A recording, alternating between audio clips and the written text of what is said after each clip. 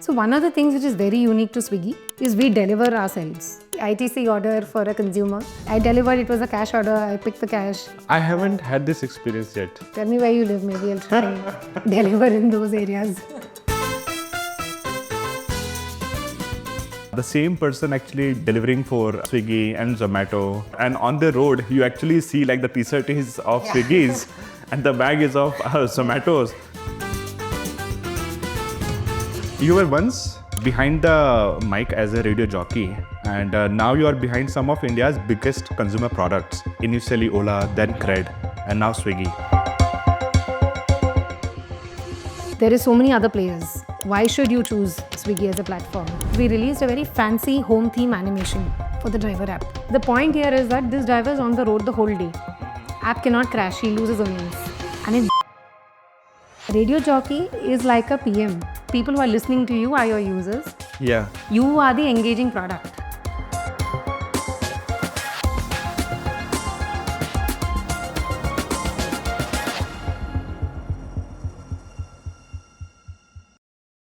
I want to know more about your current focus at Swiggy.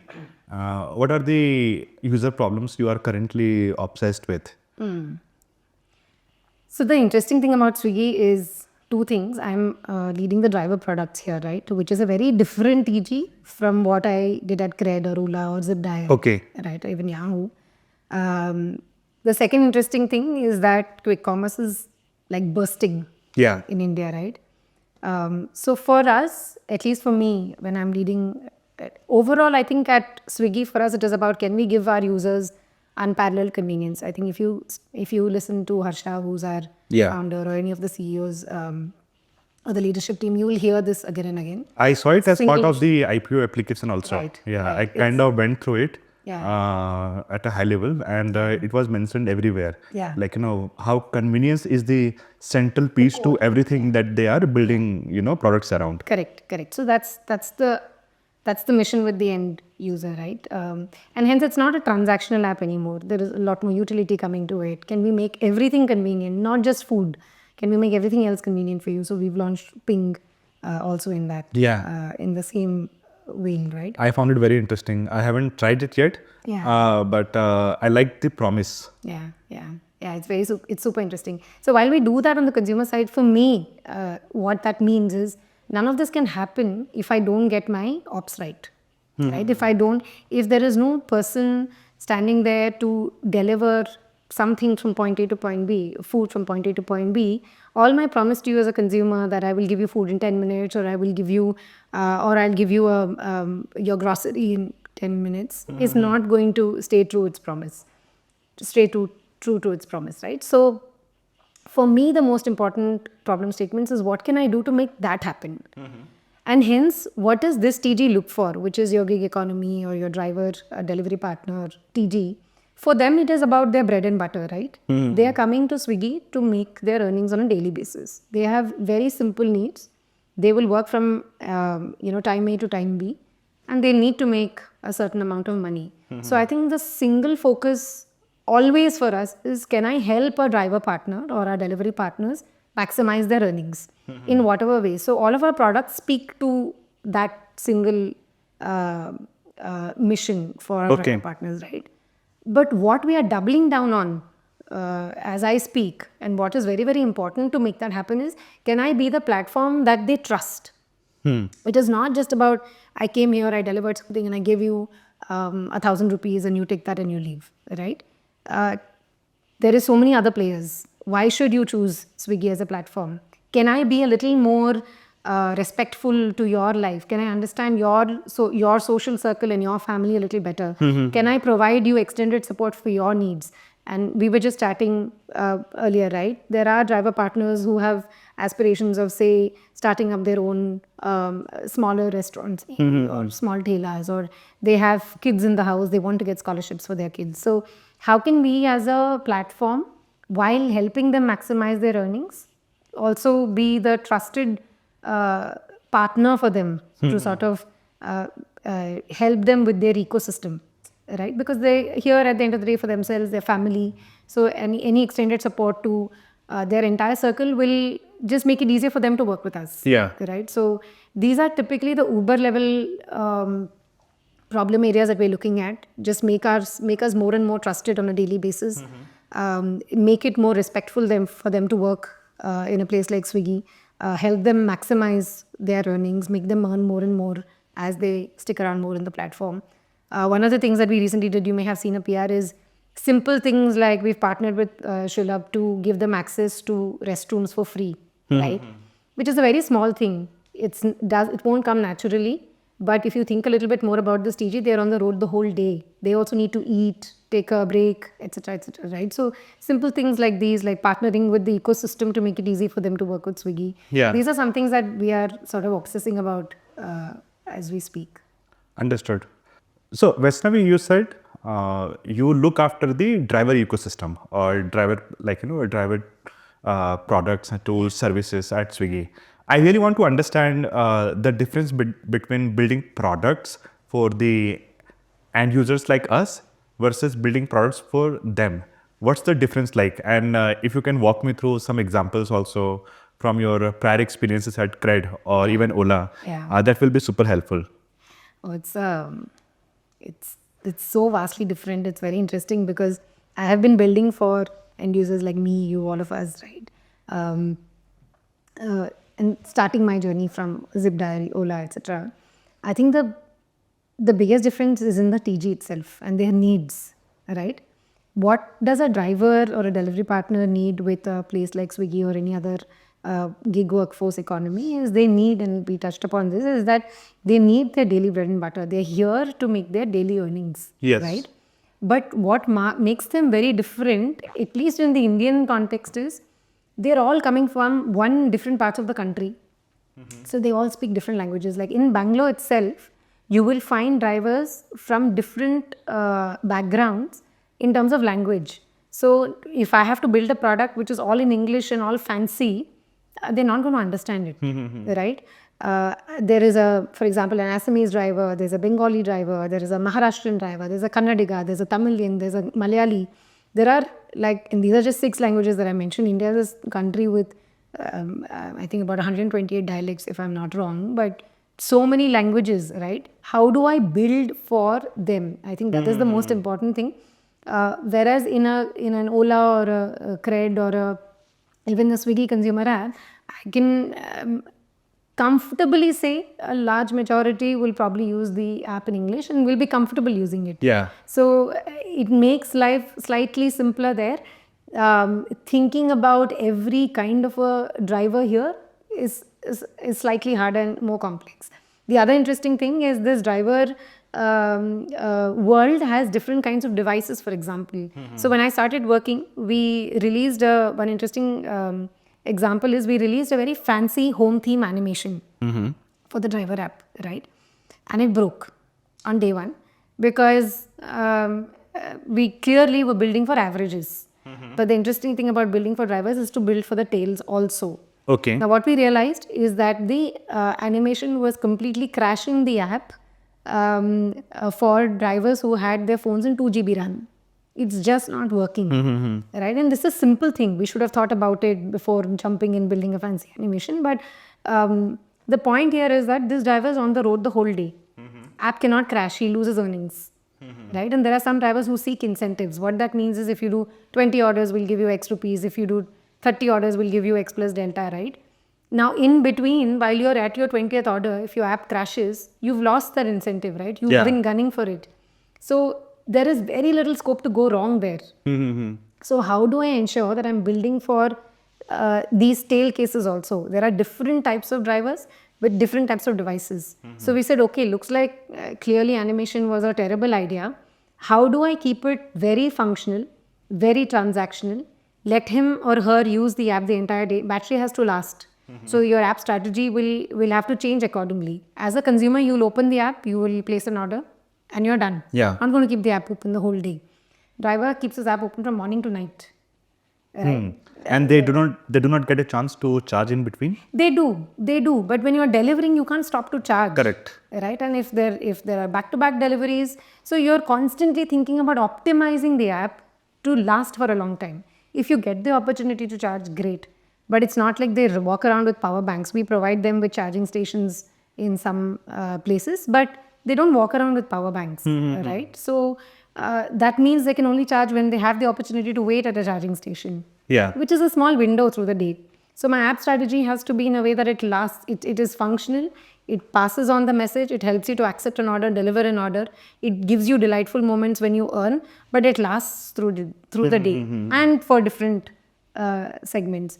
So things like animation are maybe doable, and we need to figure out more efficient ways of doing it, but that's not what will be core building experience here. The other interesting thing about building for drivers, other examples is when I'm in an order, if I need help, right, you have to help me right now.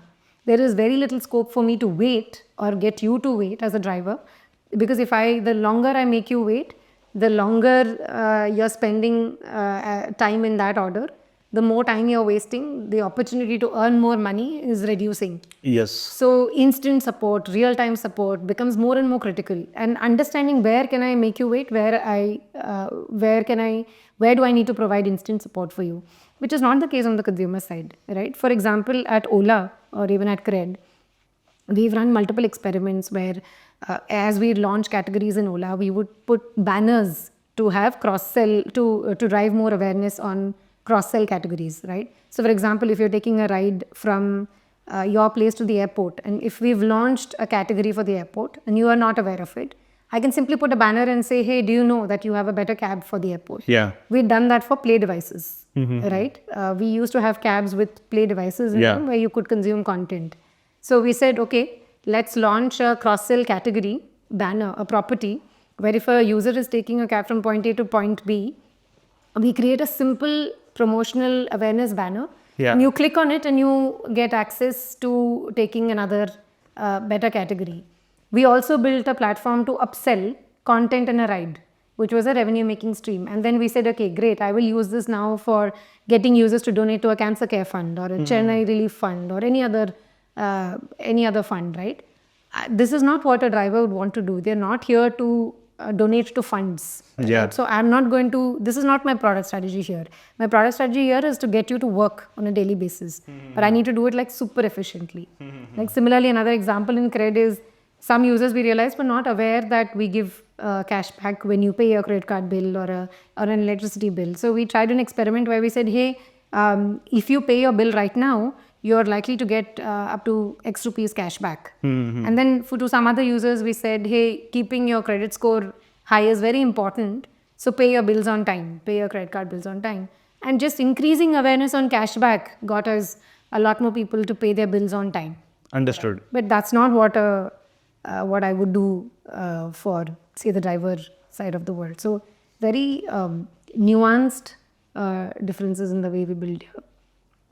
Okay, understood. So how do you approach user research with this persona? Because you said even in a city like Bangalore, you probably have driver partners with 20, speaking 20 odd languages. And user research is one of the most critical things that a PM has to do or a PM team has to do to always be aware of, what are their pain points and where should they focus on in terms of enhancing the products or the services. So how do you approach it with all these difficulties that you have? So one of the things which is very unique to Swiggy, which we do, now it's become a habit for us, all of us in the team, is we deliver ourselves at least once a month, right? We are on the ground behaving like driver partners. Obviously, we cannot mimic their behavior completely, but we at least know what is going wrong in the value chain from start to end. So we are on the ground very often. And when we deliver, we talk to, we do this across different parts of the country. We travel also a lot. We do it across different parts of a zone as well, or different parts of a city as well. But when we do this, we get the opportunity to talk to different types of drivers, right? We know who's coming from where, why are they not working today. For example, some drivers tend to go back for certain festive seasons. For example, Durga festival is very big in the east part of the country. So you will see a lot of drivers wanting to go back to celebrate that festival. For Pongal, you will see a lot more South Indian or Tamilian drivers wanting to go back, or even Andhra drivers wanting to go back to their respective hometown. So understanding that nuance will only come when you go on the ground and when you are either delivering orders yourselves or talking to these drivers. So we do a ton of this. Okay. And we do this through the year. We do this every month. We are on the road, and this is probably the one biggest reason why we are able to get a pulse of what is happening with our drivers on the ground. And this the entire team does, irrespective of whether it's a PM team, design, tech, engineers, ops. All of us are on the ground, and that's the only way we'll be able to build products for them. So this is one single way for us to do. Apart from this, I think we also have a structured research team and a behavioral sciences team. They have a slightly more nuanced or a scientific way of getting varied cohorts of drivers from varying backgrounds in different parts of the country for us to do more structured researches and more focus group discussions and user tests and all of that. So that is a more structured process that we follow, where the team sources or requests drivers to come to the office. We form groups, we talk to them, we try and understand what is going on. We show them the app, we show them new concepts and see what they take away. And we do this with different cohorts again. Do you not run into language issues there? How do you manage it? We have the structured team that I was talking about. We have people who are well versed with that language and that background of the... Okay, that means there is good enough representation within the team, so that you are likely to be able to speak with, the different types of folks who come to the this interview process. Absolutely. Okay. I think the third lever for us is the on-ground city team. So because we are very operationally intensive, we have operations teams in every city, which are very hyper-local. Like if I am operations in, say, Bengal, I will speak Bengali. That's the only way I can build a connection with my drivers, right? Similarly, an operations team in Tamil Nadu will be a Tamil-speaking cohort. So if I don't know Tamil and I want to reach out to drivers in Tamil Nadu, I will do it through my team, who can help mediate in cases where I'm not able to break the language barrier myself. Understood. So they are a great source of feedback loop for us, and they are the bridge for us between the drivers and the product team or the central teams sitting here in Bangalore to constantly give us feedback and say, hey, listen, this is the problem that Tamil Nadu drivers are facing today. Something has gone wrong in Chennai, or something has gone wrong in Bombay or Delhi or wherever. I want to dive deep into the first one that you said, that all of you, irrespective of the team, actually go on the road and deliver. When was the last time you had to do it? Just now, actually, I think 2 weeks ago I delivered. Okay. 1 week ago, 2 weeks ago. And I want you to, so 2 weeks ago, so how was the experience? And whether the person who received the order from you, did they recognize you? How did it feel? Can you tell me more about how the whole journey looked like? Yeah, absolutely. So when I was delivering 2 weeks ago, again, the intent is, can I find issues or problem statements, to sort of get a better roadmap and solve problems for drivers. What typically happens is, because sometimes I go and tell them that I'm from Swiggy because I want more information from the restaurants. So sometimes I go to the restaurants and I tell them, I'm from Swiggy, please show me your dashboard so that I know what's going wrong. Because I can't walk into the restaurant if I don't tell them this. Sometimes I'm just hovering around and observing. So this time I was just hovering around, observing, talking to the drivers and saying, show me, did you get an order? Can I see what you've got? Then they will ask me, are you from Swiggy? If they figure out that I'm from Swiggy, then they'll start venting. That is one thread that typically happens. They say, this is not working, I have not gotten my money, or you penalized me for this, but it was not really my fault, or I don't want to do late night orders because I went into an area that I don't want to deliver and you sent me really far, or I want to do Instamart orders, I don't want to do food orders. So I get a bunch of insights there. I think that's super helpful for us. This time when I delivered, it was... what was the order? It was a ITC order. I don't know what was in it, but it was an ITC order for a consumer. And when I reached the doorstep, I could sense a expression from the consumer. I think maybe I was biased, I don't know. But I delivered. It was a cash order. I picked the cash. She spoke to me in Hindi, very sweet lady. And I took the money and I said, okay, fine, let's go back. And then my next order came from Meghna Biryani, which is where I was hovering around. So that guy said, oh, you're back again. I said, yeah, this time I have an order to deliver. So yeah, it was an interesting experience. Typically, consumers don't react too much to seeing. I haven't had this experience yet. Oh, is it? Okay. Yeah. Okay. Tell me where you live. Maybe I'll try and deliver in those areas. And also when you're required to do this. In fact, even our, sorry I cut you, but even our leadership team does this. A lot of our founders, CXOs, VPs, SVPs. That's incredible to know actually. Yeah. Like I was telling you about Airtribe also, we are an edtech platform, but we want to know how our instructors feel when they have to teach on weekends. When they have to come on, come to these events that happen at Airtribe. So we ourselves teach. When we teach, we know how it feels. Yeah. How it feels to actually connect with these learners and also take out time from personal life. That helps us empathize with them. Absolutely. So I think this has been very helpful for us. And I'm very happy to see at this scale of Swiggy also you are doing it. Yeah, absolutely. One of the interesting things that happened that this time when I delivered is there was an issue and I just couldn't figure. So I picked up my phone and called the team and I said, hey, listen, this is not working. Can you fix it? And then I realized everybody doesn't have this. Like, the drivers will not do this, right? Mm-hmm. This is a big burning pain point. I just couldn't figure it. I had the luxury and the privilege to call my team and get it fixed or get it resolved for me. But this is what we hope to uncover each time so that we know that next time I go back, this is a pain point that I need to fix for my drivers. They do not have, hey, can you fix this for me? Access, right? So that was an interesting thing that happened this time. I want to understand when we talk about users, like users like me, am I really loyal to a platform? In India, the widespread belief is people are not very loyal to a particular platform as a user.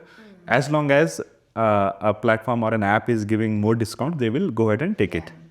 How does it differ, or is it the same on the delivery partner side? Like, because what I notice, the same person actually delivering for Swiggy and Zomato.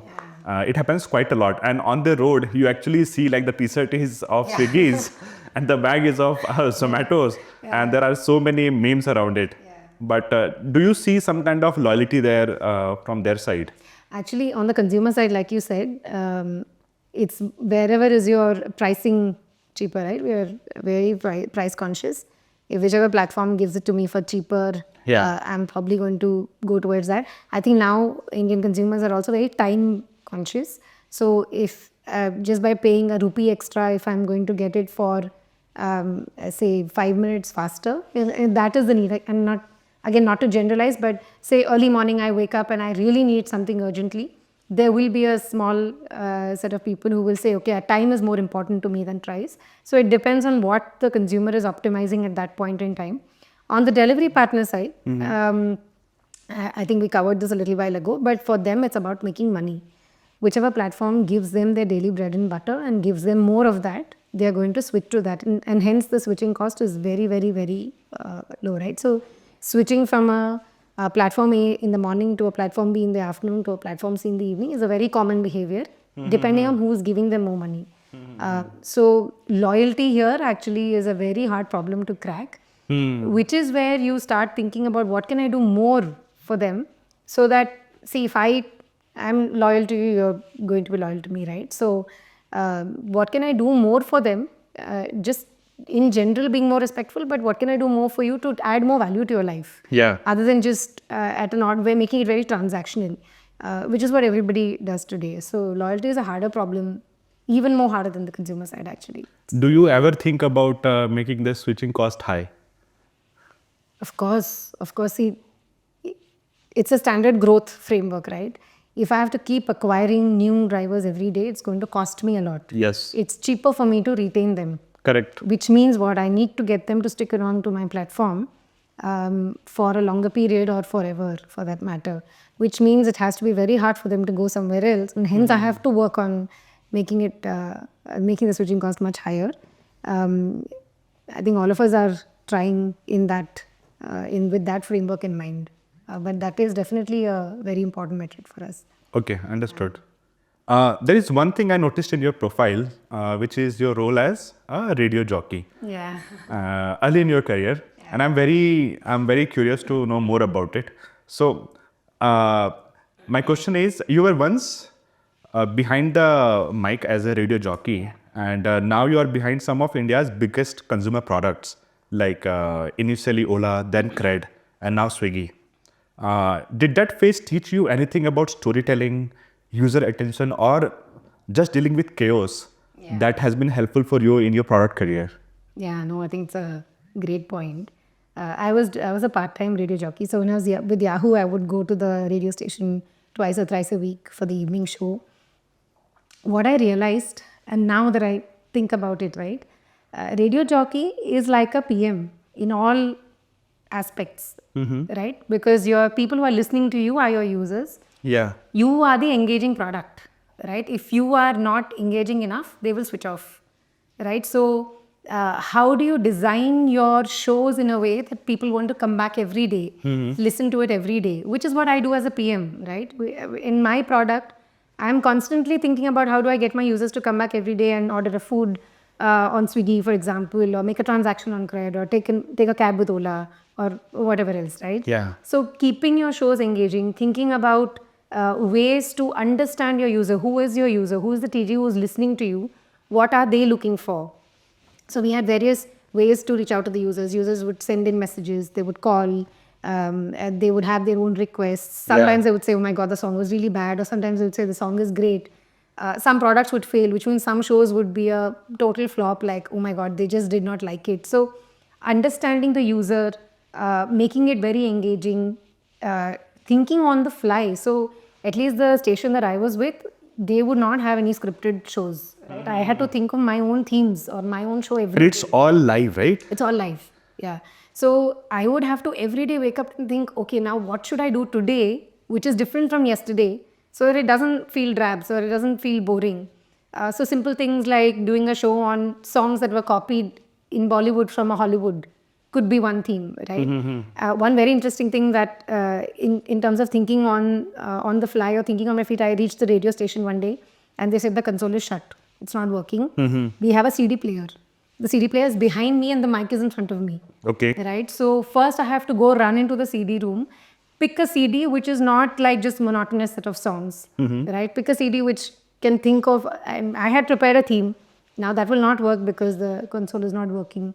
So how do you live in like suddenly changing constraints? Yeah. Which is what we do as PMs. Articulating what you're trying to say, keeping it crisp, keeping it short, is again what we do as PMs at work, is what I had to do as a lead. So I feel like it's like the life of a PM, but just a different product. To your question, did I learn anything? That I think all of this somewhere subconsciously just made me a better PM maybe, and I maybe had not registered it back then. Okay. But all of these skills come together to me as a PM now. So I'm super grateful to whatever stint I had in Radio Jockey. It was a lot of fun. I had people on the show. I would host them or take live calls. So it was a great stint for me there. So it was really nice speaking with you, Vaishnavi, today. I learned so much about a persona that I didn't know that much about. And I also learned so much about how to think about products from you, and I hope our audience will find it very insightful. I hope so too. It was so good to talk to you. Thank you for the super curious and intriguing questions. It was great fun chatting here today. Yeah, thank you so much for coming. And with that, we come to the end of this episode of the Airtribe podcast. See you in the next one.